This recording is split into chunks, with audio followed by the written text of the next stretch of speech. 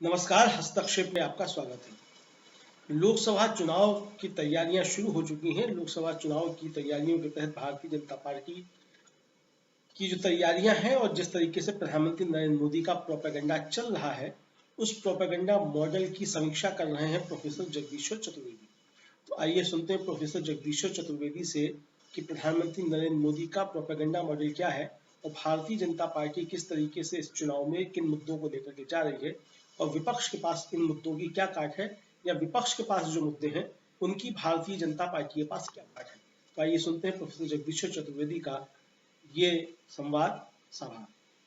लोकसभा के चुनाव के पहले सामने आई और वो बात वैसे तो नागरिकता कानून के इस प्रसंग में उठाई है उन्होंने। जो नया नागरिकता कानून जो नरेंद्र मोदी ने लागू किया है उसके प्रसंग में उन्होंने कहा है कि केरल में ये नागरिकता कानून लागू नहीं होगा। और ये बात उन्होंने एलडीएफ की जो पब्लिक मीटिंग है उसमें ये बात बहुत ही कैटेगोरिकली कही है कि हम अपने केरल में इसे लागू नहीं करने देंगे। ठीक ऐसी ही बात बंगाल के मुख्यमंत्री ने कही है, ममता बनर्जी ने। लेकिन इससे भी बड़ी चीज जो कि पहली बार किसी मुख्यमंत्री ने कही है, राजनीतिक तौर पर किसी दल ने कही है, इवन सीपीएम के किसी बड़े नेता ने कही, इसलिए ये एपिसोड में कर रहा हूं मैं। और ये एक बहुत बड़ा पॉलिटिकल डेवलपमेंट है।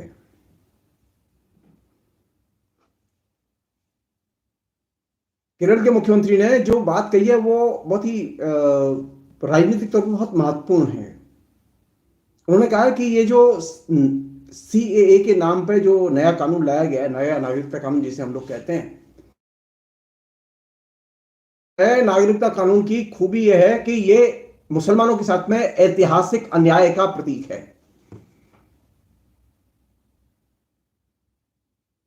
और ऐतिहासिक अन्याय का प्रतीक क्यों है? उनका ये वैसे ही ऐतिहासिक अन्याय है जैसा कि अन्याय हिटलर ने किया था। यहूदियों को यातनाएं दी और यहूदियों के साथ जो अन्याय किया था उसके साथ में उन्होंने तुलना किया। और इस दृष्टि से केरल के मुख्यमंत्री का हिटलर के कदम के साथ में सीएए की तुलना करना बहुत महत्वपूर्ण है।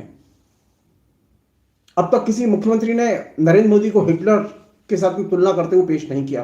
तरह तरह से उनकी व्याख्या की गई है, तरह तरह से उन पर हमले किए गए हैं, लेकिन केरल का मुख्यमंत्री पहला मुख्यमंत्री है जिसने कि हिटलर के साथ में नरेंद्र मोदी की तुलना की है, और जो बहुत महत्वपूर्ण है। केरल के मुख्यमंत्री विजयन ने एक और बात कही है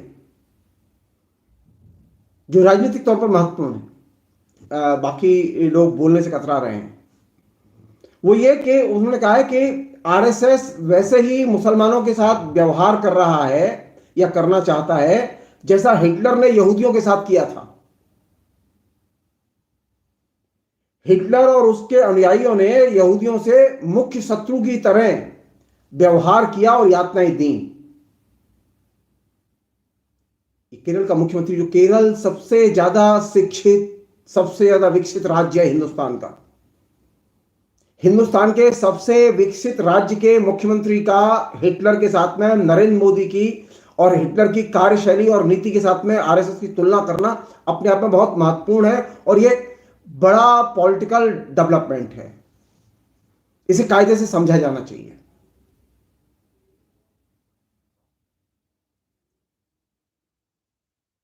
केरल के मुख्यमंत्री ने साफ कहा है कि आरएसएस मुसलमानों के साथ वैसा ही व्यवहार करने का फैसला कर चुका है जैसा कि हिटलर ने यहूदियों के साथ किया था, और यह संविधान का खुला उल्लंघन है। केरल का मुख्यमंत्री कह रहा है कि नया नागरिकता कानून संविधान का खुला उल्लंघन है।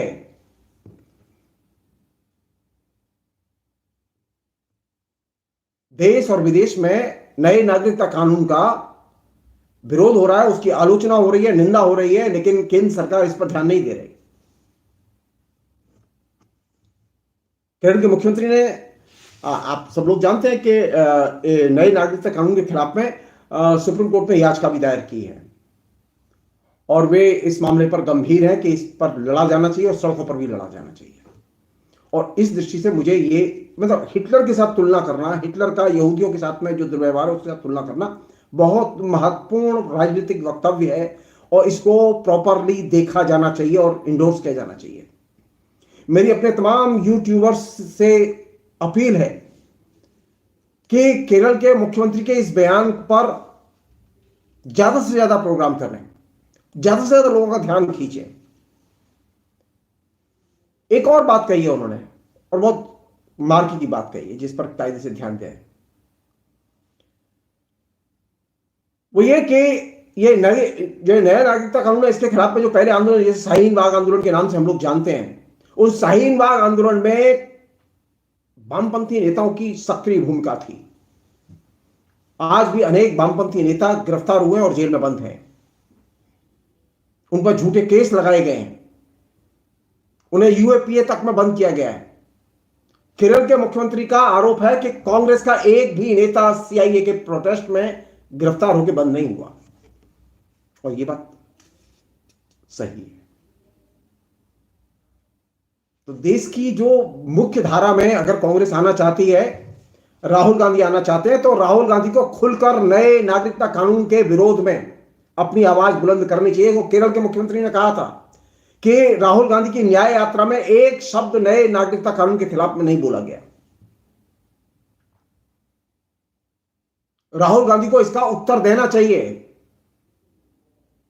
कि वो नए नागरिकता कानून के खिलाफ है और उसे लागू नहीं होने देंगे। यह सच है कि कांग्रेस ने यह वायदा किया है कि वो नए नागरिकता कानून को आने के बाद में खारिज करेंगे, लेकिन भाषण, इलेक्शन है, अभी आपका बयान बहुत जरूरी है और यह चीज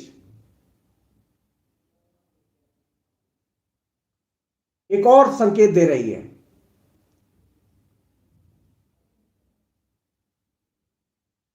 वो ये कि धीरे धीरे मुख्यमंत्रियों में, अब केरल के मुख्यमंत्री ने पहली बार यह बात कही है कि उन्होंने हिटलर के साथ तुलना की है, तो बाकी मुख्यमंत्रियों को भी यह बात कहनी चाहिए और बोलनी चाहिए। नया नागरिकता कानून इलेक्शन का मुद्दा बनना चाहिए।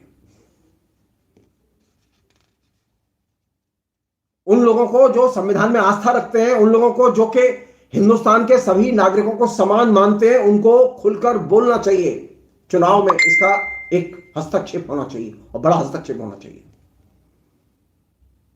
नागरिक की पहचान के आधार पर धर्म को केंद्र में लाया गया, यह सबसे बड़ी ट्रेजेडी है हिंदुस्तान के संविधान के साथ। जो लोग चाहते हैं कि धर्म की बजाय मनुष्य को केंद्र में रख के नागरिकता दी जाए और नागरिकता पर विचार किया जाए, उन सभी लोगों को, चाहे वो मुसलमान हो, चाहे वो और दूसरे धर्म के लोग हो, खुलकर नागरिकता कानून के खिलाफ में जो ताकतें राजनीतिक मैदान में है उनका समर्थन करना चाहिए, उनके उम्मीदवारों के पक्ष में कैंपेन करना चाहिए। और यही वो मैसेज है जो कि केरल के मुख्यमंत्री ने आशा है ये कार्यक्रम आपको पसंद आया होगा। इस वीडियो को ज्यादा से ज्यादा शेयर करें, लाइक करें और कमेंट करके बताएं आपकी राय क्या है। और अगर आपने हमारा यूट्यूब चैनल अभी तक सब्सक्राइब नहीं किया है तो तुरंत इसको सब्सक्राइब कर लीजिए और बेल आइकन भी दबा दीजिएगा ताकि अगली जब वीडियो अपलोड हो तो आपके पास इसका नोटिफिकेशन पहुंच सके। और अगर आपने हमारा फेसबुक पेज फॉलो नहीं किया है, फेसबुक पेज को भी फॉलो करें। धन्यवाद।